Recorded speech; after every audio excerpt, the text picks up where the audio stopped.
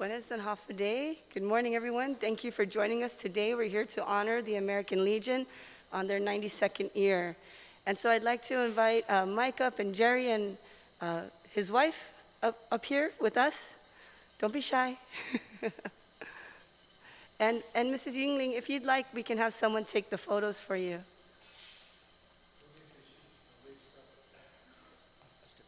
Okay. So, Senator San Augustine, Senator Shelton, and Senator Tina Rosemaria Barnes weren't able to make it this morning. We just retired from budget session last night, so I think they're coming down with something. But on behalf of all of us at the 36th Guam Legislature, we wanted to honor you and, of course, your members on the 92nd anniversary establishment of the American Legion of Guam, the Mid-Pacific Post 1, and further recognizing the charter as the oldest American Legion post in the Western Pacific.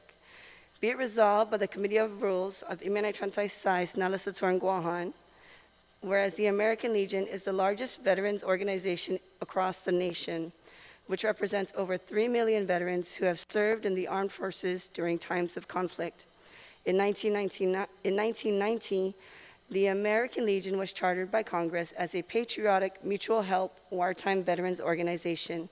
And today, there are nearly 15,000 American Legion posts across the world with 55 departments established in each of the 50 states, the District of Columbia, Puerto Rico, France, Mexico, and the Philippines. And the American Legion Guam Mid-Pacific Post 1 is the oldest in the Western Pacific. The post was first established on August 26, 1930. Its initial 17 charter members were Willis W. Bradley, Frank J. Hull, Vicente Blas, John Joseph Troy, Joe Rosario, Juan Afligui, Hiram Elliott, Francisco Flores, Juan Indalecio, Vicente Rosario, Jose Flores, Sharrock Hanna, Edward Nelson, William Caddy, Darrell Wiggle, James McLean, and Enrique Garrido. And the original 17 charter members were comprised of local veterans and active duty members of the United States Navy Government of Guam.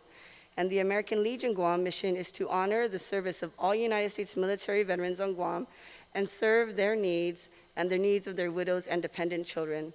The American Legion of Guam's vision is to continue supporting Guam veterans, youth services, youth activities, and community groups while still being able to maintain a post for veteran activities and camaraderie. In 1932, the Guam Museum was established in the Plaza de España. The post volunteered to manage the museum, and displayed was a small donated collection of artifacts that formed the foundation of a Chamorro exhibit. The post has used their own funds to operate and manage the museum until 1936, when the naval government took over the operations. The post flourished until the island was invaded by the Japanese in July of 1941. During the occupation in Guam, the post went underground, and its members were pursued by the Japanese military. Members of the charter were especially targeted by the Japanese military and were under constant threat of surveillance. Many were arrested, and 7 members were accused of being spies and were beheaded.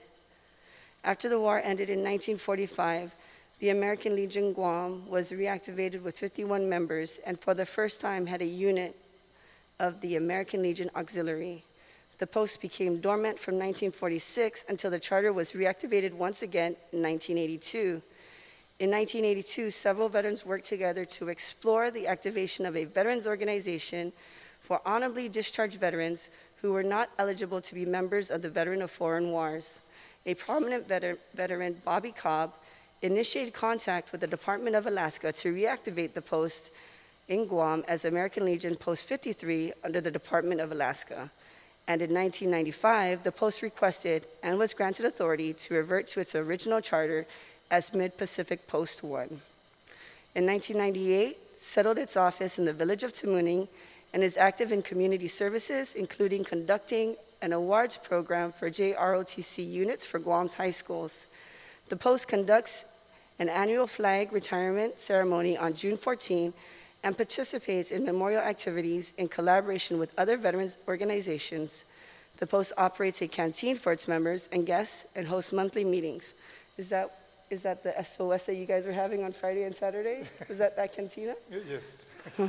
Okay, great. Now therefore be it resolved that the Committee on Rules of Imanay Transai Sai Nalesatoran Guahan does hereby, on behalf of the people of Guam, celebrate the 92nd anniversary of the establishment of the American Legion Mid-Pacific Post 1, and further recognizing the Charter as the oldest American Legion post in the Western Pacific.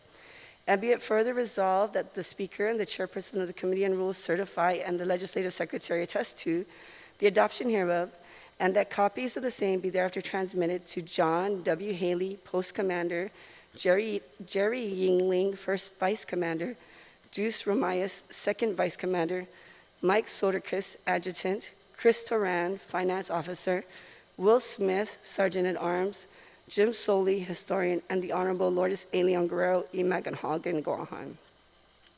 Duly and regularly adopted by the Committee of Rules of Imanay Trantai Sai Nalesatoran Guahan on the 29th day of August 2022. Thank you So much. we wanted to honor you guys so much, Thank you and so much. thank you for your service. And you get to take this back to the Legion Board from you, and also you have copies for your members. Appreciate that very much. And we'd like to offer you an opportunity to speak about the Legion and just to talk about all the great things you guys have done throughout the years. Okay, well, thank you very much, Senator and Senators. I appreciate this opportunity. The American Legion, I won't go into too much, as the Senator has clearly covered most of our history. But even today, Mike Soderquist, who's standing beside me, has been very active with the Junior ROTC, making sure that they're recognized and promoting as much as we can patriotism, a good patriotism amongst our youth. We welcome any veteran. We do have people from the VFW. I'm a member of the VFW, and as well as the American Legion, and we welcome anyone who wore a uniform.